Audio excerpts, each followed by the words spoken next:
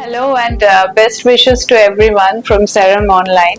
Today I'd like to give a small talk regarding the ovarian cancer and how it is prevalent and it's growing amongst women in India today. Previously it was very prevalent in the Caucasian countries amongst Caucasian women, and it was a leading cause of gynecological or cancer deaths in women there. But here also it's on the rise now. The basic thing to understand regarding the ovary is that every month an ovum is formed and the ovum comes out through rupture of the follicle, ovarian follicle, and every month this repair of the follicle goes on. So in this process what happens is that in women who have a long reproductive period, like they have early menarche, as you know nowadays girls are having very early menarche around 8 years or so, 9 years or so, and if they have a late menopause say around 55 years or so, so that gives a very long reproductive period, and every month this happening of follicular rupture and repair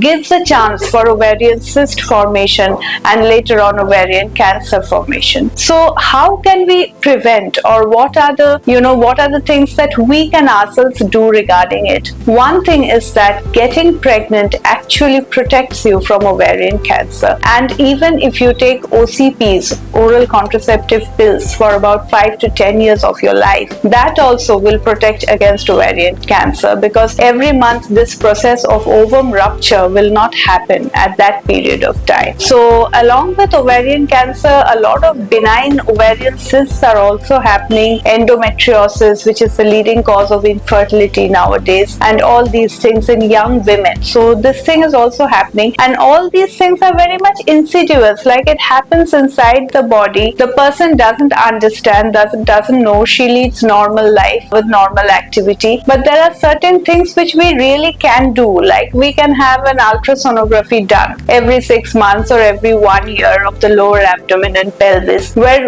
ovarian cyst can really be searched for, it can be screened for, and once ovarian cysts are found, there are a lot of serum cancer markers like CA125, CA19, this, that, CEA, and we do a host of these cancer marker levels here at Serum. So you can just get the blood tested for all these things, which will give hint towards whether ovarian cancer is developing in case you have an ovarian cyst in your USG report. Even after that though, I will say that all these cancer markers, one cancer marker coming high doesn't really mean that you have cancer, because ultimately the biopsy test will tell you whether it's a gold standard to tell you whether you really have cancer or not, because these tests may also become falsely high positive if you're menstruating during the time, if you have a liver disease, if you have something else also, all these cancer marker tests may come positive. Actually, another major thing which leads to ovarian carcinoma is a genetic cause, like this BRCA1, BRCA2 genes. So there are a lot of cytogenetic tests also, and if you have a close relative who is suffering from ovarian carcinoma, then basically your risk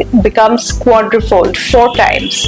So in those cases, it is advisable that you get pregnant early, you complete your family early, and you get your ovaries resected. That would be the best way to deal with it. Along with all these things, like you can go for screenings, ultrasonography reports, you can get a cancer marker done. Now suppose if you really do have a tumor, what do? You get it resected and you get a biopsy test done first of all. And there are various kinds of cancers which are happening, and many of these ovarian cancers also happen in childhood, like in 8 years, 10-year, 11-year-old girls. We do see these ovarian carcinomas, and all do not lead to death. There are a few like the dysgerminoma or likewise which really melt by chemotherapy and they can be treated. Like almost 50% of ovarian cancer patients will do well for the coming 5 years. Maybe after that they'll need another cycle of chemotherapy or radiotherapy. So having ovarian cancer doesn't mean that the person is going to die very soon. That's not the case always. These array of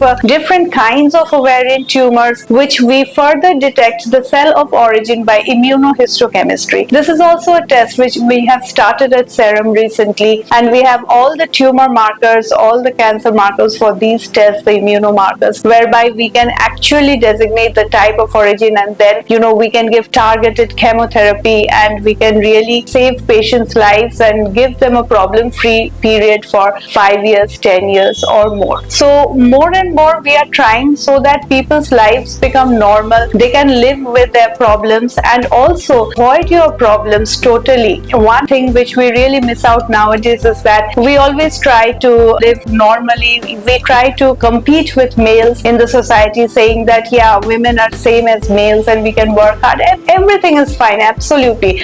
But do try to create a family of your own. Do try to get pregnant, have a kid. That is also important. And if you can't have, if you really don't feel like, well and good, but at least have OCPs for some period of your life. That will at least protect yourself from ovarian cancer. With that small note, I'd like to say a thank you and goodbye for now.